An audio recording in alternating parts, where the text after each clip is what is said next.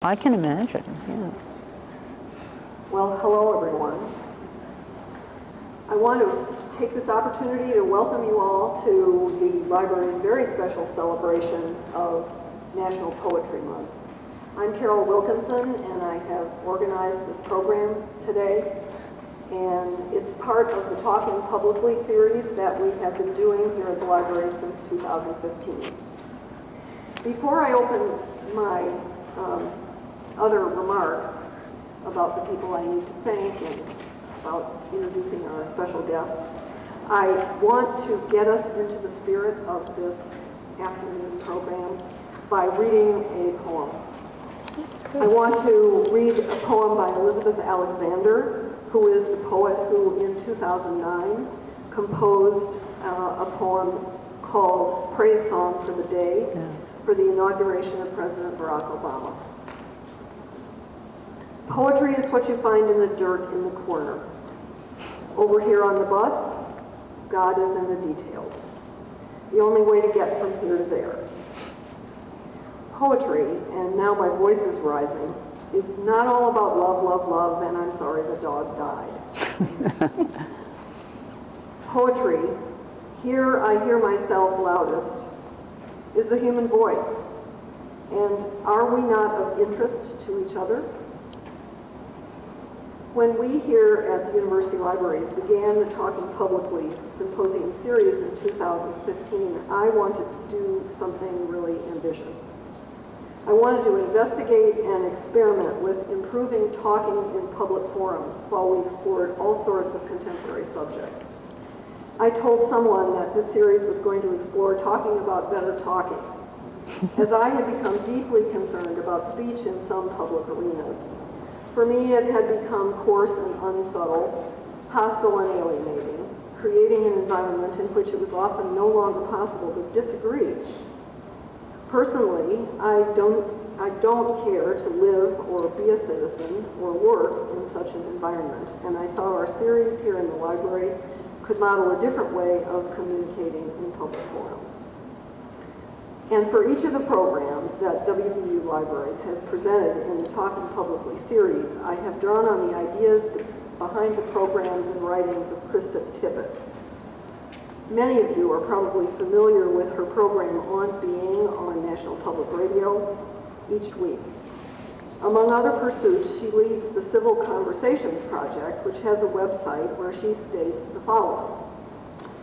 You and I have it in us to be the nourishers of discernment, the fermenters of healing.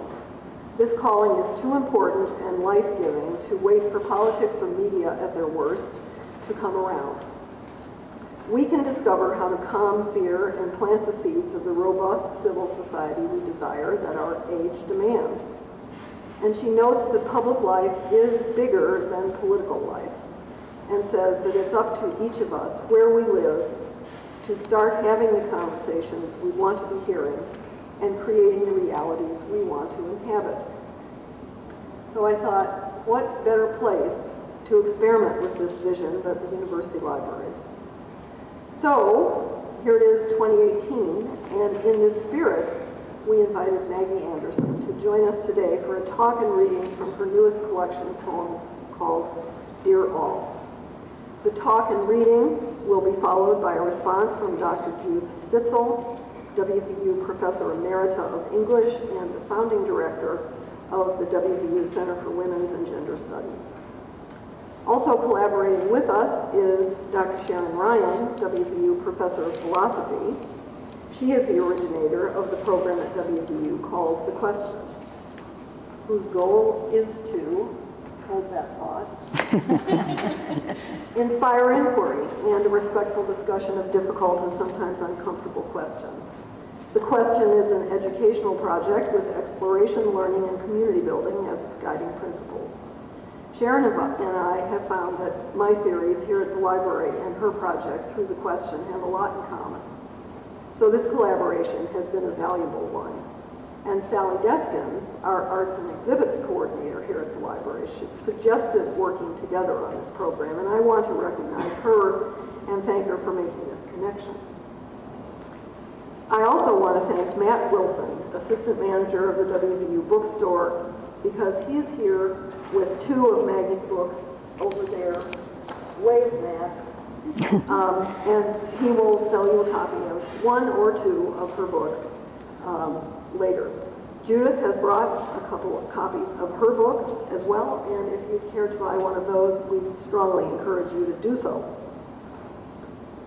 I want to mention the extensive finding aid that gives a user thorough access to the collection that Maggie Anderson has kindly and generously donated to the West Virginia collection.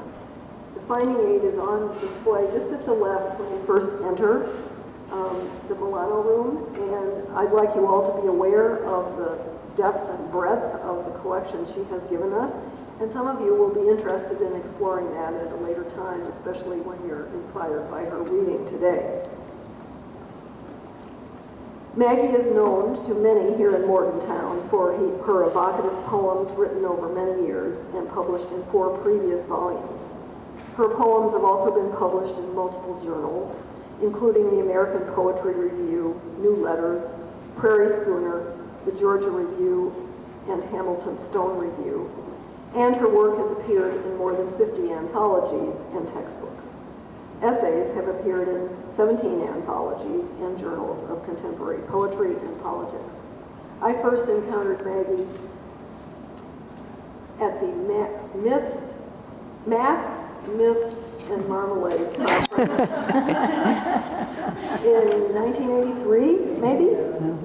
And she has a wonderful essay in that about creativity. And I've recommended that essay to many friends because she suggests that creativity is born first by doing nothing.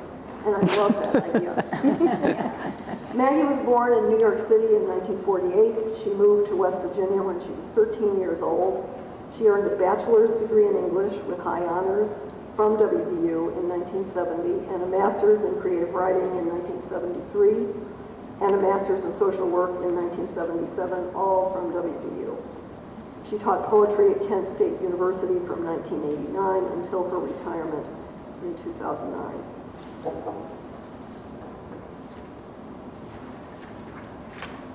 As we know, April is National Poetry Month, and so Maggie is leading us today as we frame a celebration of the power of poetry to start meaningful conversations, not only this month, not only today and this month, but anytime, about critical issues of our time. Please help me welcome Maggie Anderson.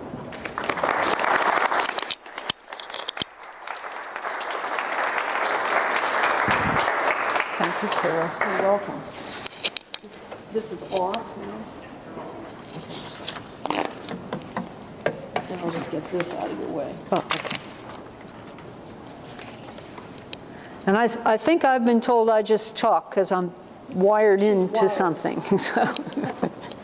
So thank you all for being here on this afternoon. I know there are lots of other places you might have been, and it's a testament to your interest in poetry and civil discourse that you're here. I'd like to thank Carol Wilkinson and Sharon Ryan and Sally Deskins and anybody else who worked on this. I know it takes a lot of people to put together a program like this, and I'm very, very grateful. I'm going to start with a poem from an older collection of mine. My idea in this program today was to talk about poems of mine that have engaged that moment between public and private understandings of the world. I think those are some of the most, most vital moments we have in our lives, when something going on in the world intersects or reflects something's going on in our personal lives. And so I've written several poems about that, and I'll be reading these and talking about the ways in which poetry can work in our lives. So the first poem I'm going to read you is called Small Citizens, and it's a poem that I wrote actually after doing an exercise with my students. I asked my students to draw a picture of the first house they ever lived in, and then to write a few things about it, including the moment when in that house something from the outside world came into their personal world. It's a very fecund moment, I think, when you realize it's not just all about you. There's a world out there, and sometimes your parents are upset about it. Sometimes other people are upset about it. So this is my poem. The small citizens, of course, include me and my friends. And it was one that I went back to when I lived in New Jersey, in Fort Lee, New Jersey. So today was my political nap. I lay down to it febrile with accumulated rage at poverty and hunger in the world, as if they were my own shameful secrets.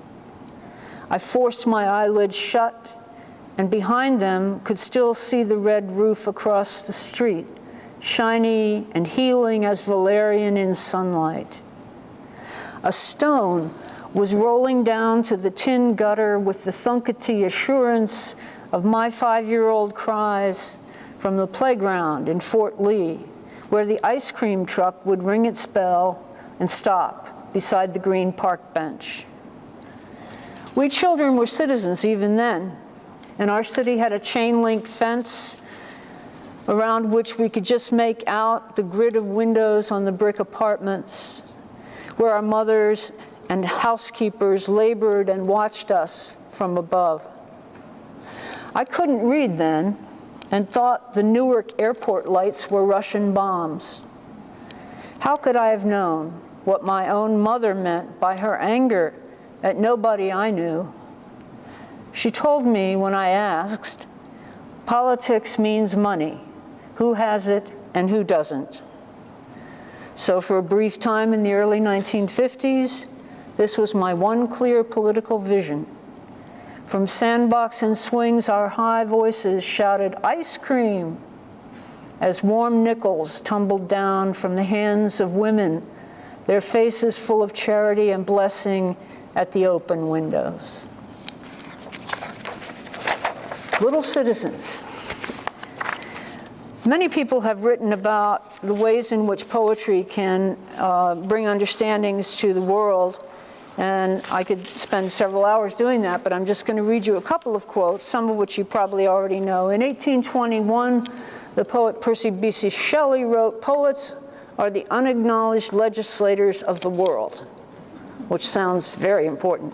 He later changed this to poets and philosophers. So poets and philosophers are the unacknowledged legislators of the world.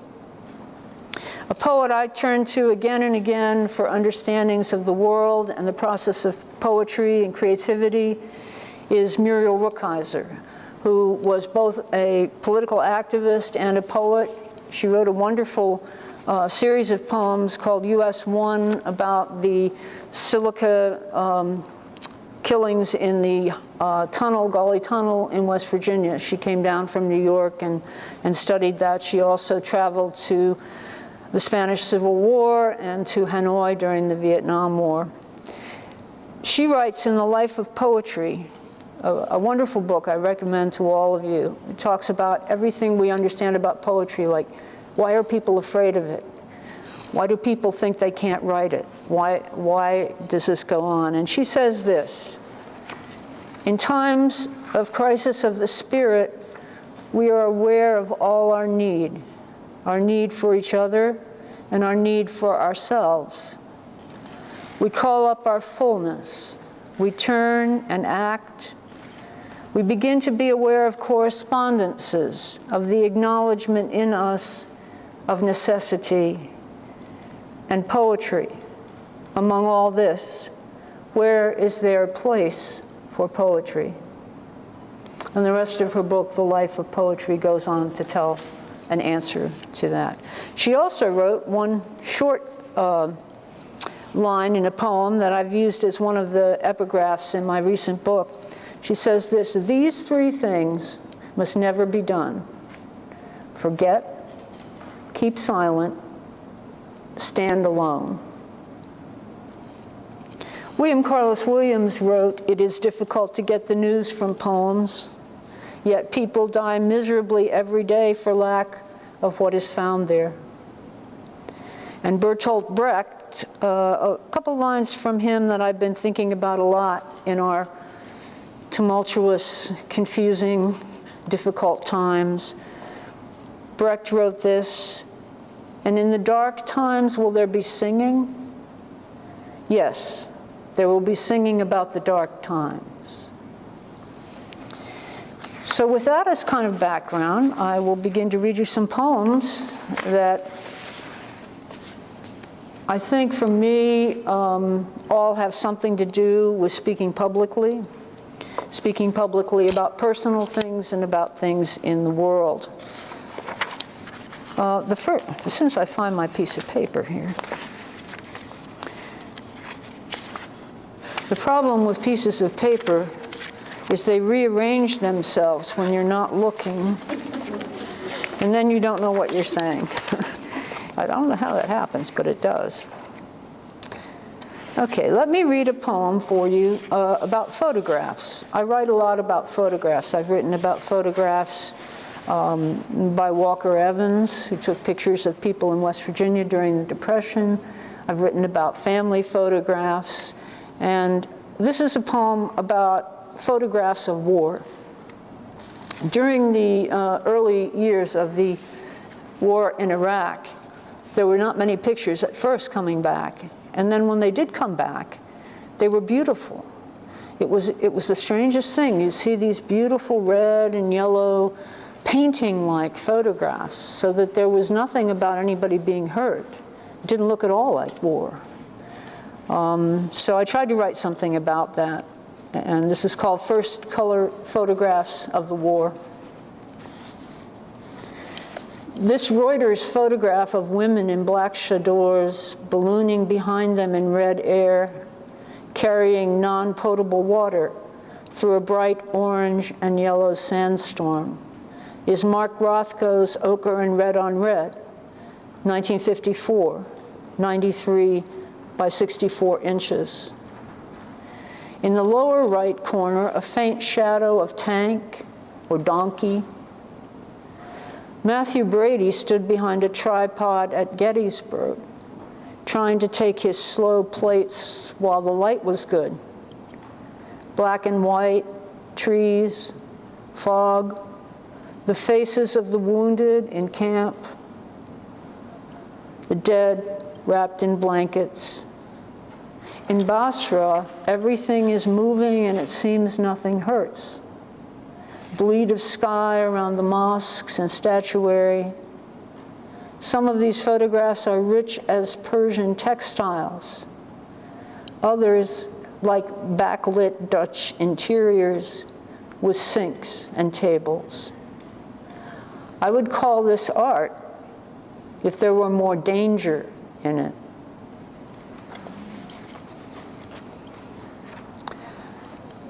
So let's see where I was going with this.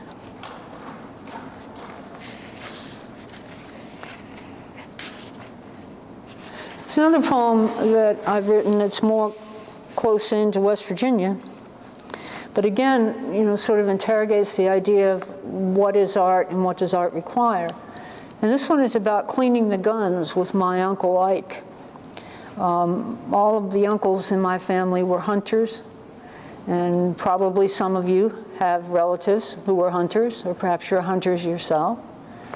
And so this poem was, again, a moment of public and private intersection, where I, by the end of the poem, realized something that I didn't know as a child when I helped him with the guns.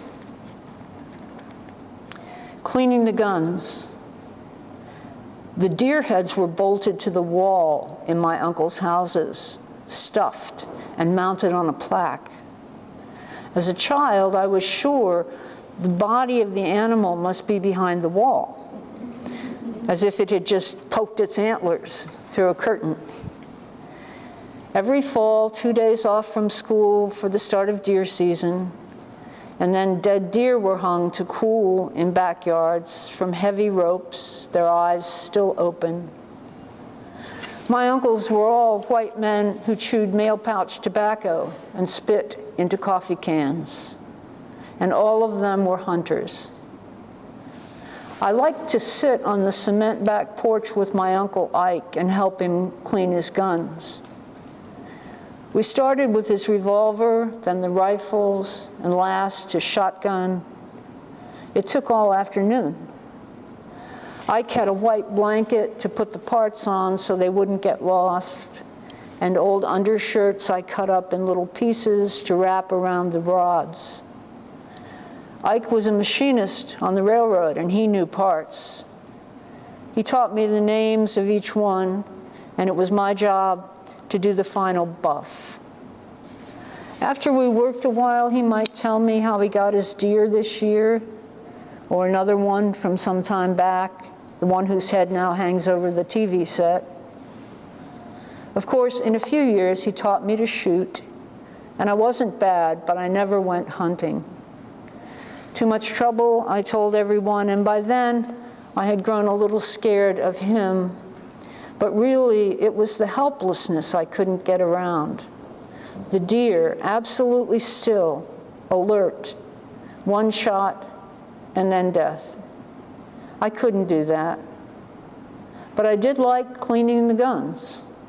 All the tiny parts, heavier than they looked, and the requisite precision, the art of it.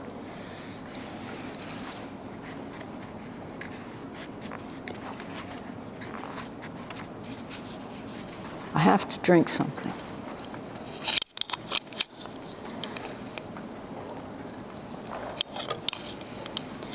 I had an opportunity a few years ago to do a collaborative project with a fabric artist named Bonnie Peterson. We'd never met, but there was going to be an exhibit of poems and artworks, and the curator of the exhibit assigned people to each other. So we met each other on the phone, talked about what we might do that would be collaborative, and we both were talking about drones. You all know what drones are. They fly around in the air. In specific, we were both thinking about, there were a lot of drones at that particular moment.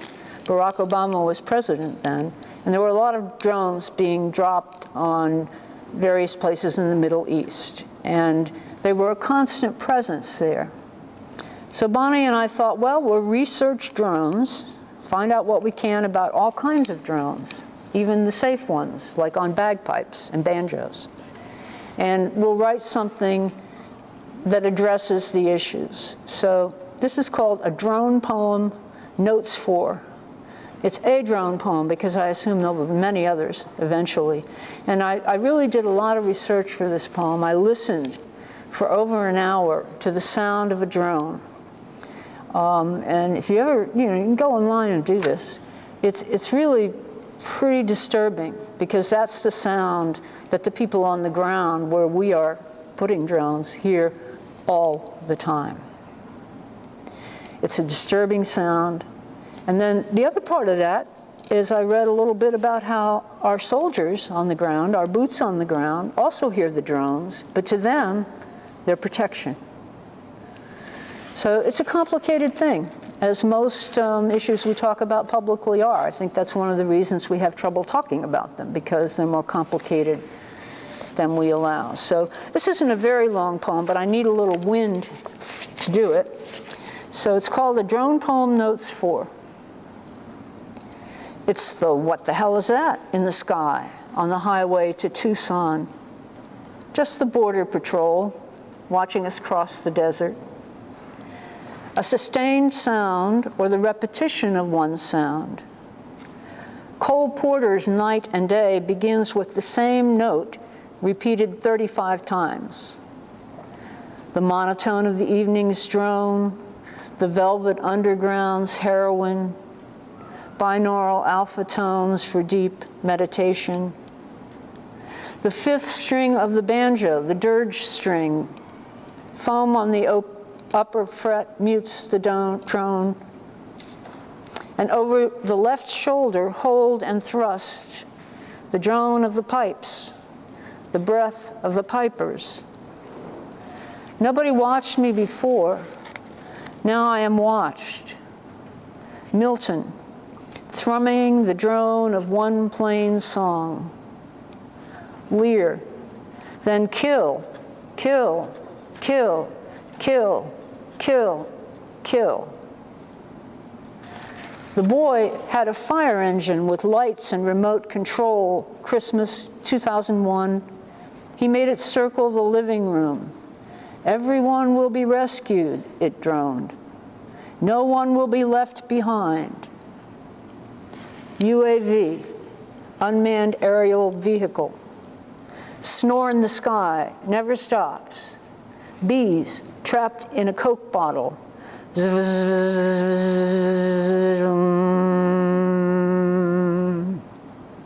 hum ruckles and sneezes, ruckles and weeps, like the growl and sway of the didgeridoo, the beaded eucalyptus limb. Now, not only soldiers go to war, not even soldiers go to war. Pay attention to what they tell you to forget. The seat of memory in the brain is the seahorse, the hippocampus. Train it, train it, train it. Remembering is repetition. Anybody can know that. Learn it by heart. Embroider the names and the pith of it. Remember the bees, how they service the queen. Thank them for their service. Guardian angels of our boots on the ground, the angels of death.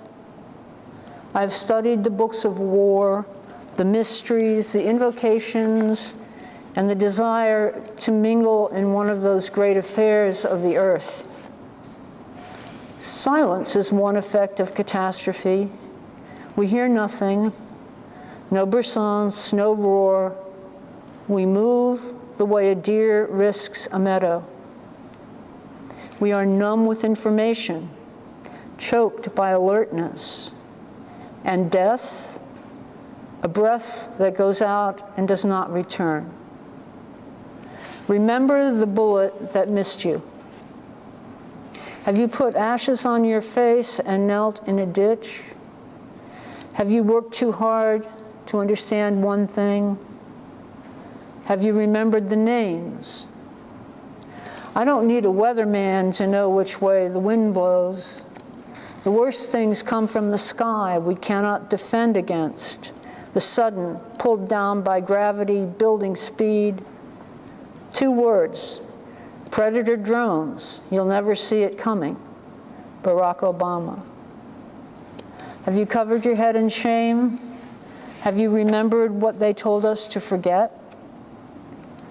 The Kora of West Africa, 21 strings, makes 1,000 names entwine and thread. Go, little drone, carry the beat of the Kora, be hum and yellow, switch and cut, the one bird holding the circle.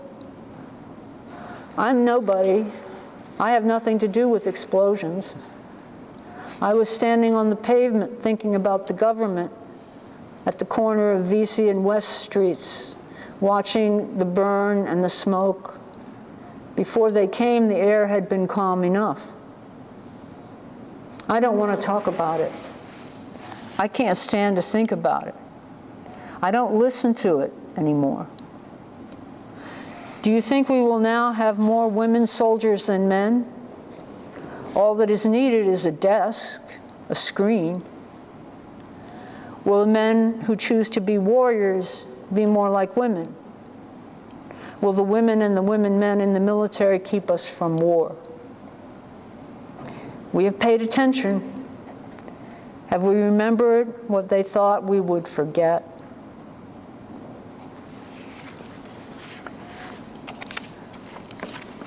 Public discussion of drones. It's a complicated subject. And one of the things I keep thinking, the more I write, the more I understand this, is that we're all more complicated than we allow. And as a poet, I find that particularly challenging, sometimes in just simple ways. For example, as Carol mentioned, I grew up in New York City and then moved to West Virginia.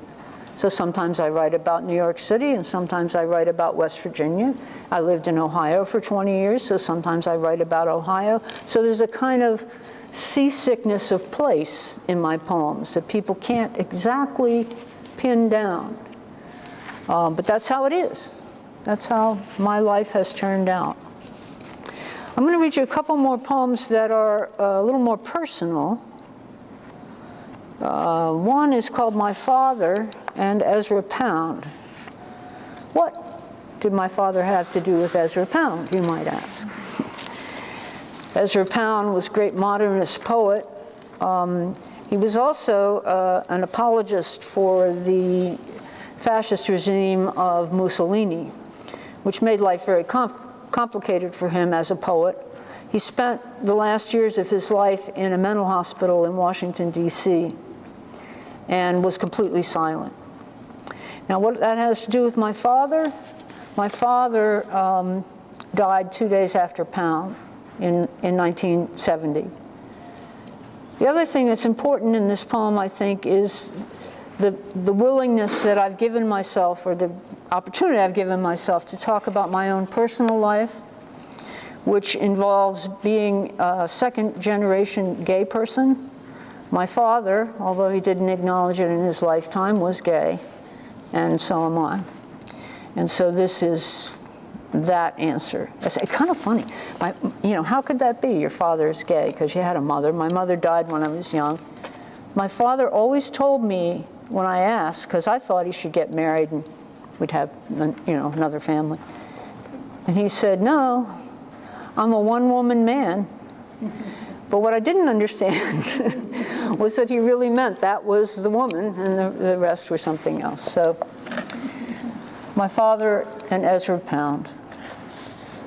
I drank iced tea with whiskey in it, smoked Salems, and read small poetry books on the cement slab we called a back porch, wedged into a chair made from a broken barrel and painted bright orange. Pound had just died, and also my father. I could trail a silly thought for hours. For example, when I first read Pound, he was alive, silent in St. Elizabeth's, and then I read him dead. Did this make any difference? And what about Dad? The year before he died, he wrote 50 poems and 6 plays, collaborating with his lover, the college business manager who had AIDS, though we didn't know it then. My glass of tea was dark and didn't show the liquor, but my breath did when she kissed me. I was writing my early poems of vegetables and grief, reading the 4 quartets and Algernon Swinburne for my exams, mixing martinis in a chrome shaker from my father's house. All those years, it took him to work out whom he loved, and he waited until the end to break his silence. Envelopes of blue mimeographed pages, his legacy. Once a week, my uncle called to see how I was doing. My father was his only brother, so pretty good, I always said. I listened to The Doors and Joplin. This was the 70s.